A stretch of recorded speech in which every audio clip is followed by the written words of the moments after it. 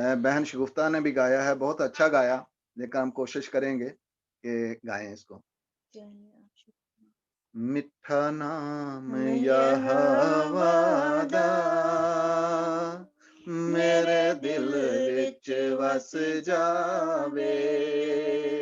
ओ मिठा नाम यहोवा दा, मेरे दिल विच वस जाए। यीशु राजा दे खजानियां चों मैनू बरकत मिल जावे। ओ यीशु राजा दे खजानियां चों मैनू बरकत मिल जावे। मेरा बल भी यहोवा है ते चट्टान यहोवा है। ओ मेरा बल भी यहोवा है ते चट्टान यहोवा है। खुदा अज तेरी बंदगी चों तेरी रूह दा मसाया है। खुदा अज तेरी बंदगी चों तेरी रूह दा मसाया वे। ओ मिठा नाम यहोवा दा, मेरे दिल विच वस जाए। मैनू रखी खुदा साम साम के, कदी शल नंग पट आवे। मैनू रखी खुदा साम साम के, कदी शल नंग पट आवे। सोटी लाठी वाली ताड़ के रखी, मेरे विच ना घमंड आवे। सोटी लाठी वाली ताड़ के रखी, मेरे विच ना घमंड आवे। मैं जेड़े पासे भी वेखां, यसु तू ही नजर आवे।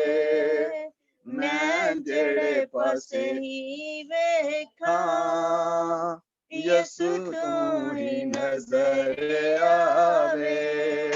ओ मिठा नाम यहोवा दा, मेरे दिल विच वस जाए।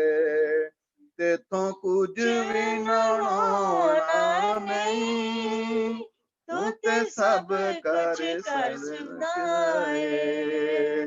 ओ तेथों कुछ भी ना होना नहीं, तू ते सब कर सकदा है। खाली आउण वालेआं दी तू झोली भर सकदा है। खाली आउण वालेआं दी तू झोलियां भरना है।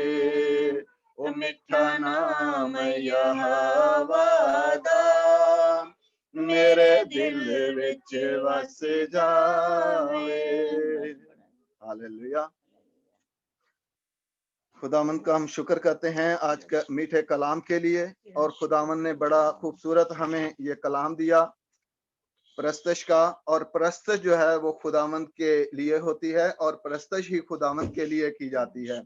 इसलिए कि आसमानों पर भी परस्तश शुरू हुई, और आसमानों पर जो परस्तश हुई, लिखा है मकाशवा 14 बाब उसकी 2 आयत में, और मुझे आसमान पर से एक ऐसी आवाज सुनाई दी जो जोर के पानी और बड़ी गर्ज की सी आवाज थी। और जो आवाज मैंने सुनी वो ऐसी थी जैसे बरबत नवाज बरबत बजाते हों। तो ये जो आसमान पर खुदावंद की परस्तश होती, खुदावंद की हजूरी में उसके फरिश्ते हर वक्त कदूस कदूस कदूस पुकारते, और खुदावंद के उस तख्त के ऊपर खुदावंद का बड़ा कलाम होता और बड़ी कुव्वत बख्शी जाती। लेकिन अफसोस उस वक्त का जब खुदा के फरिश्ते खड़े हुए और उनमें से एक फरिश्ता जो खुदावंद की हजूरी में खड़ा हुआ और वो खुदा के आगे खड़ा हो गया और उसके अंदर तकब्बर और गुरूर पाया जाता और खुदावंद की उस वर्शिप को, उस परस्तिश को उसने रिजेक्ट कर दिया। तो खुदावंद खुदा ने उस तकब्बर और गुरूर जो आसमान पर हुआ और वो गुनाह जो आसमान पर सरजद हुआ, तो वो उसको जमीन पर पटक दिया। तो खुदावंद खुदा जो गैरतमंद खुदा है और वो नहीं चाहता था कि ऐसे लोग, ऐसा फरिश्ता मेरे हजूरी में खड़े हों। तो उसके साथ जो उसके पाक फरिश्ते थे, जिब्राइल और मिकाइल, दो फरिश्ते जो खुदावंद की हजूरी में रहते और उसके हुक्मों पर अमल करते, और उनमें से जिब्राइल फरिश्ता खुदावंद का पैगाम मुकद्दसा मरियम के लिए लेकर आया और वो मुकद्दसा मरियम रूह कुद्दस से भर गई और खुदावंद का फरिश्ता उसे सलाम किया, वर्शिप की, इसलिए कि खुदावंद का रूह उतरा था उस पर। और फिर खुदावंद खुदा ने अपने बंदों को के जरिए, खुदावंद खुदा ने आदम के जरिए जो बागे अदन में हुआ, और बागे अदन खुद फिर परस्ते शुरू हो गई, फिर खुदा की हजूरी वहां रहने लगी, लेकिन वहां पर भी शैतान बड़ी चालाकी के साथ वहां दाखिल हो गया और वहां पर अम्मा हवा को उस शैतान ने बड़ी चालाकी के साथ उसकी सारे कामों में हिस्सा लिया और चालाकी के साथ उस फल को खाने के लिए कह दिया जो खुदा बाप ने मना किया था। तो वहां पर फिर एक दफा हुक्म अदूली हो गई और शैतान ने कहा, अगर तुम ये खाओगे तो तुम्हारी आंखें खुल जाएंगी और तुम नेकी और बदी की पहचान करने शुरू हो जाओगे। तो इसका मतलब ये हुआ कि वहां पर भी शैतान ने खुदा के मुकाबले पर खड़ा कर दिया आदम को और हवा को। जो वहां आसमान पर जो उसने गुनाह सरजद हुआ, वो फिर जमीन पर भी ऐसा ही हुआ कि शैतान जो है चालाकी के साथ ये काम करता है। तो हमारी वर्शिप जो है, हमारा जो परस्तिश है, वो खुदावंद के लिए होती है और जमीन पर फिर खुदावंद के लोग, खुदावंद के बुजुर्ग, खुदावंद के जो बबर शेर जो है, जो शेर बबर, खुदा का बंदा दाऊद, वो फिर खुदावंद की वर्शिप के लिए खड़ा हुआ और उसने अपनी इस वर्शिप से बड़ा बरकत पाई और फिर वो बड़े आला ओहदे पर सरफराज हुआ। और दाऊद नबी की के अंदर जो है मुख्तलिफ बेशुमार सलाहियतें हैं। वो शायर भी था और मूसीकार भी था, बहादुर था, बादशाह था, चरवाहा था और भेड़ बकरियां चराते हुए अपनी भेड़ों की रखवाली करता था। वो लिखता है, खुदावंद मेरा चौपान है और खुदावंद जब चौपान है तो उसकी रखवाली भी करता है। यस्सु हमारा चौपान है, वो हमारी रखवाली भी करता है, इसलिए कि खुदावंद खुदा ने हमारे लिए बड़ा कलाम दिया है, रूह की तलवार दी है, जिसके वसीले से हम बच जाते हैं। तो इस वास्ते कि खुदा का कलाम जो है हमारे बच्चों के जरिए, हमारे बुजुर्गों के जरिए, और जिस तरीके से दाऊद अपना अपना बरबत बजाता, साज बजाता और गीत गाता, तो खुदावंद की वर्शिप करता, तो खुदावंद को पसंद आया। तो इस तरीके से जे 2000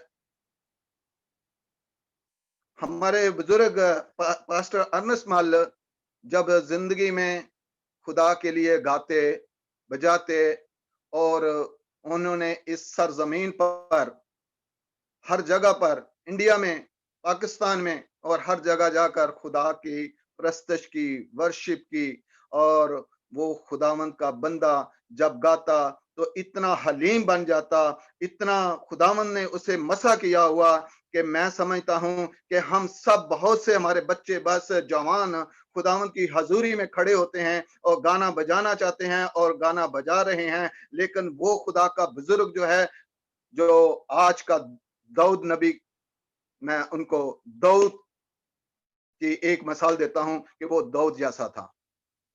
वो दाऊद जैसा था और उसके वसीला से बहुत से मोजज़े हुए और ऐसे मोजज़े हुए कि जो हमने अपनी जिंदगी में देखे हैं।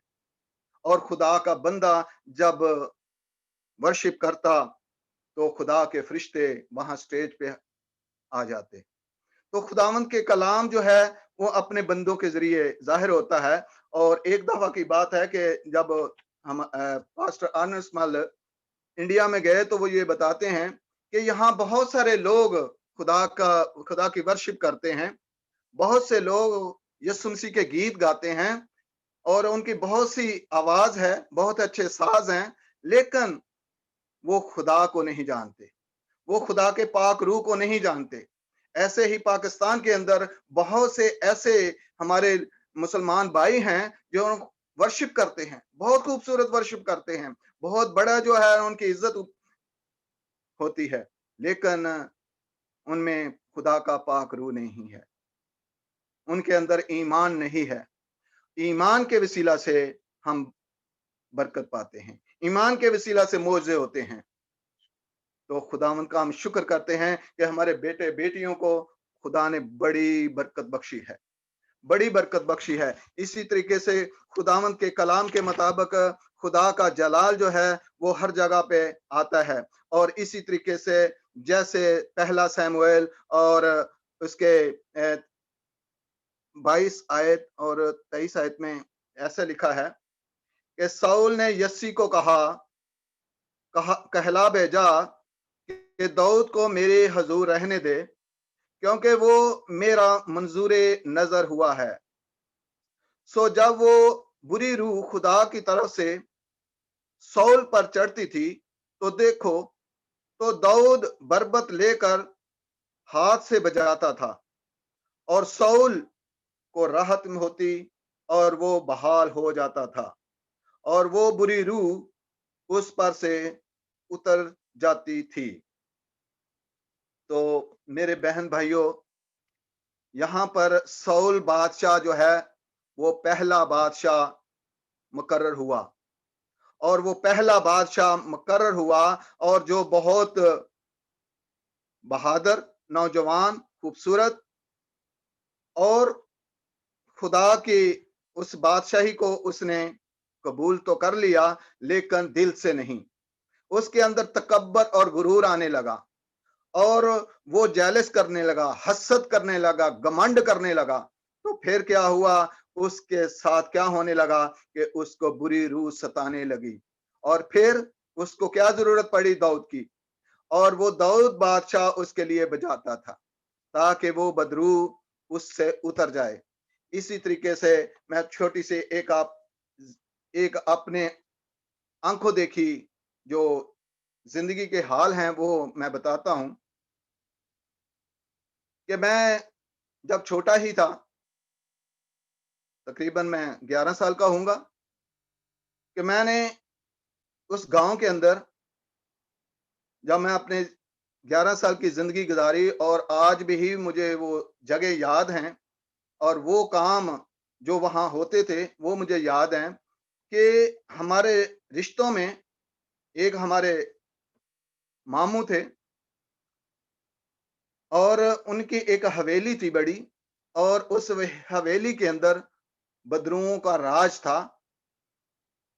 उस हवेली के ऊपर बदरुओं का राज था और हमारा घर जो है सिर्फ एक दीवार थी बीच में। और जब उस हवेली के अंदर हमारे एक मामू थे, बहुत जवान, नाम उनका शरीफ था, लेकिन बड़े हलीम थे। लेकिन जब उनके अंदर जो बदरुएं आती, जिन आते, तो वो उनकी जबान जो है वो इतनी लंबी हो जाती, लड़खड़ाती थी, इधर लगती थी गालों पर, और उनको चार लोग जो है उसको संभाल नहीं सकते थे। वो नुकसान नहीं मारते नहीं थे किसी को, लेकिन उसको संभाल नहीं सकते थे। चार पांच लोग उसको पकड़ते थे कि अपना नुकसान ना कर दे। तो इस तरीके से उनको जो है फिट्स पड़ते या दौरे पड़ते या वो जिन जो थे उनको तंग करते थे। तो उनकी जिंदगी जो है इस तरीके से। और मैं पहली दफा उसी घराने के अंदर, एक छोटा बच्चा, उस वक्त मैं क्लास 4th में था, क्लास 4th में था, मेरे पास एक न्यू टेस्टमनी खुदा का कलाम था। तो मैंने एक एक बच्चा, उसको उसी घराने में, छोटा 6-7 साल का बच्चा, तो उसके ऊपर भी जो है ना बदबू आ गई। और जब उसके ऊपर मैंने कलाम पढ़ा, तो उस वक़्त कलाम सिर्फ़ पढ़ना ही था, लेकिन उसकी समझ तो ना थी। तो पढ़ना क्या, इब्तिदा में कलाम था, कलाम खुदा के साथ। उस बच्चे ने वो अंजील जो मेरे हाथ में थी छीन ली और झपट पड़ा, और मैं वहां से हट गया। और खुदा के थोड़े दिनों के बाद, दूसरे दिन सुबह के टाइम, खुदा ने उसके अपने पास ले लिया। और यही वजह है कि ये जिस तरीके से साउल के ऊपर बदरू आती थी, जिन आते थे, वो अपनी मुश्किलात में था, वो अपनी मुसीबत में था, उसको आजाद करने के लिए, इसी तरीके से उस हमारे जो रिश्तेदार मामू थे, उनको हमारे नाना ने उनके पीछे बहुत से पैसा लगा दिया, बहुत पैसा लगा दिया। लोग आ रहे हैं, वो पंजाबी में कहते हैं इसको डोली खड़ाना। तो डोली खड़ाने वाले आ रहे हैं, जिन निकालने वाले आए हैं, तो वो भी अपना म्यूजिक लेकर आए। एक दफा वो अपना म्यूजिक लेके आए, चिमटा लेके आए, फिर उन्होंने बहुत सी चीजें जलाई, कमरे में बंद हो गए, और फिर वो गाना बजाना उन्होंने शुरू कर दिया। वो पीर फकीर जो भी था, उसने गाना बजाना शुरू कर दिया। तो क्या हुआ कि वो गाने बजाने वाला शख्स जो है, उसका मुकाबला ना कर सका, और वो शख्स जो था, उसकी दाढ़ी को नोची और उसको बोला ये ले जा। तो वो जो है बदरू इतनी इतने पावरफुल थी, पूरा लश्कर था उसके उनके अंदर, कि वो किसी से संभाले ना जाते थे। यहाँ तक कि मेरी वालदा और मेरी और खाला जो हैं, उनको लाहौर में ले गई। लाहौर में एक पास्टर थे, पास्टर दानियल थे, और उनके दुआ के लिए लेके गए, और उनको फिर वो जो है दौरा पड़ा इतना बड़ा कि उनको जंजीरों से बांधना पड़ा, उनको जंजीरों से बांधना पड़ा। तो फिर जो है मेरी वालदा ने कहा कि नहीं, हमें ये नहीं करना। हाँ, फिर उनको जो है ना, फिर वापस गांव में ले गए। और आखिर में जो हुआ उसके साथ, तो वो जिन जो थे, 4 लोग थे उसके अंदर, वो कहते थे हम 4 लोग हैं, इसके अंदर हम अपनी मर्जी से इसको छोड़ेंगे। लेकिन वो वो खानदान ईमान में नहीं था, खुदा के कलाम को नहीं जानता था, खुदा की हजूरी को नहीं जानता था। तो फिर एक जब कुछ अरसे के बाद जो है ना पता चला, हम उस वक्त कराची में आ गए, तो जब पता चला कि वो मामू जो है, वो एक फकीर बन गया। उसके जो है वो कड़े जो है ना यहाँ तक चढ़ जाते थे। वो लोहे के पता नहीं क्या, वो जो है ना बड़े अजीब किस्म के कड़े थे। तो एक दफा कराची में आए, तो मामू में ये क्या है? कहता है, मैंने कहा तारो इनको, क्या तार है? कहता है तार, हाँ लगा उतर दे। तो वो उतरते ही नहीं थे। तो फिर वो जो है ना अपने गांव में चला गया, फिर वो हर जुमे रात को वहां पर हाजिरी देता था। वो वो उनके ऊपर से चले गए, लेकिन उन्होंने कहा कि तुमने ये हाजिरी देनी है। हैं? वो हर जुमे को हाजिरी, जुमेरात को हाजिरी देते, दीवा जलाते, और मुसलमान जो हमारे उस गांव के लोग थे, और बड़े दूर दूर से लोग आते, और उनसे फॉल निकालते, उससे ये तवीज लेते, और ये करते और वो करते, बड़ा कुछ जो है ना उसका। तो मेरा मतलब यही है कि ये जो साउल के ऊपर था, ये साउल के ऊपर जो प्रॉब्लम थी, ये वही प्रॉब्लम थी जो मैंने अपनी बचपन में, अपनी जिंदगी में उनको देखा।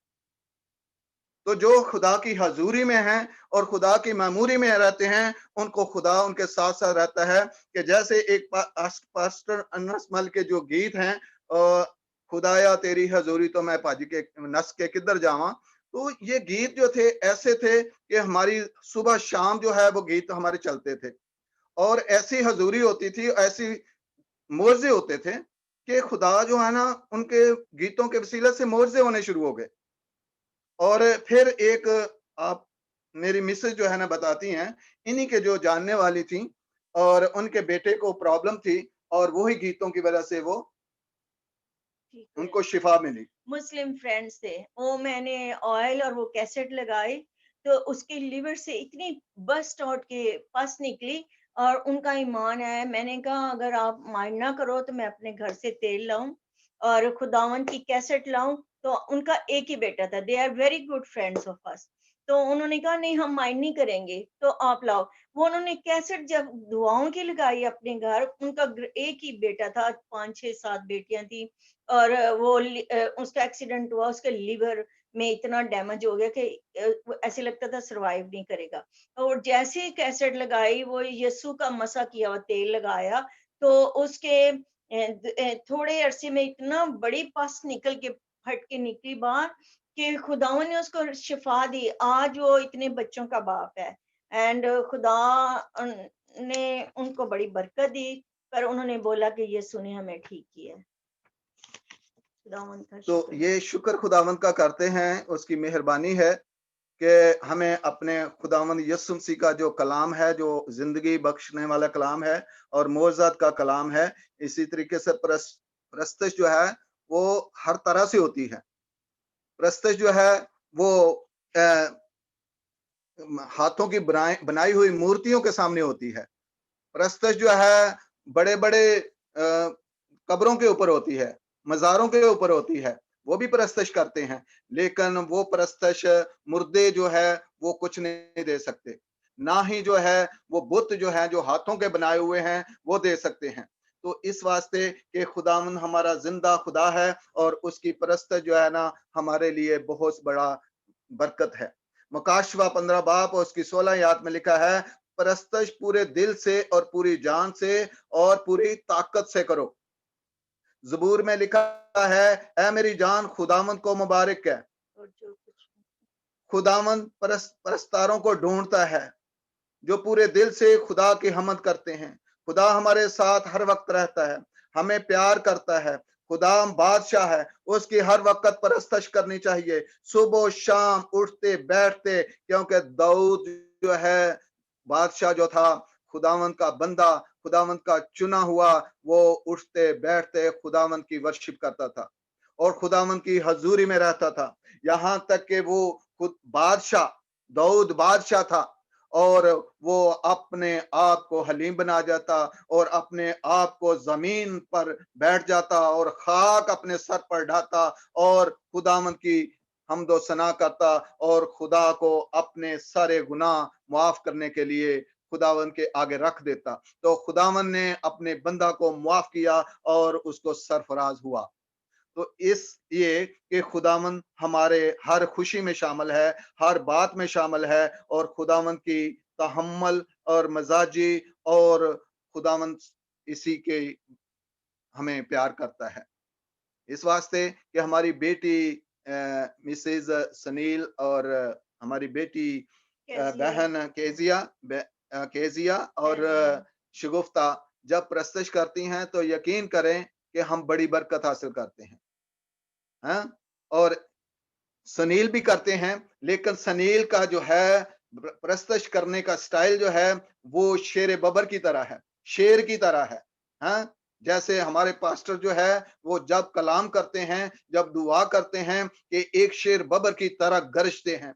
तो इस तरह से जो हलीमी के साथ अल्फाज जो बयान किए जाते हैं, जो ऐसे मोतियों के साथ परोए जाते हैं, तो बहन जो शगुफ्ता है और कैजिया। कैसिया जो है, तो खुदा ने उनको इतनी बरकत बख्शी है। हम कहते हैं खुदा ने इतना प्यार करता है इनसे, तो इसलिए कि वो खुद खुदा से प्यार करती हैं और खुदा हर वक्त उनके साथ रहता है और खुदा अपने बेटे बेटियों को बड़ी बरकत देता है और जो अपने हिस्सा चुन लेते हैं, जैसे मार्था और मरियम। तो मार्था ने अपना हिस्सा चुन लिया और खुदावंद की हजूरी में बैठ गई और खुदावंद की बातें सुनने लगी और बातों खुदा के कलाम पर नजर की और खुदावंद के पांव के नीचे बैठकर उनकी खिदमत करने लगी। तो मेरे अजीजों, खुदावंद खुदा ऐसे ही वर्शिप को, ऐसे ही परस्तारों को ढूंढता है। तो खुदावंद की हजूरी वहां मौजूद रहती है। हालेलुया। खुदावंद का शुक्र करते हैं उसके गीतों के लिए, उस उनके जैसे हर इंसान जो है वो खुदावंद के सामने बैठता है और खुदावंद की हजूरी में अपनी सारी मन्नतें मानता है और दुआओं के साथ, प्रस्तश के साथ, वर्शिप के साथ, तो खुदावंद उनके साथ रहता है।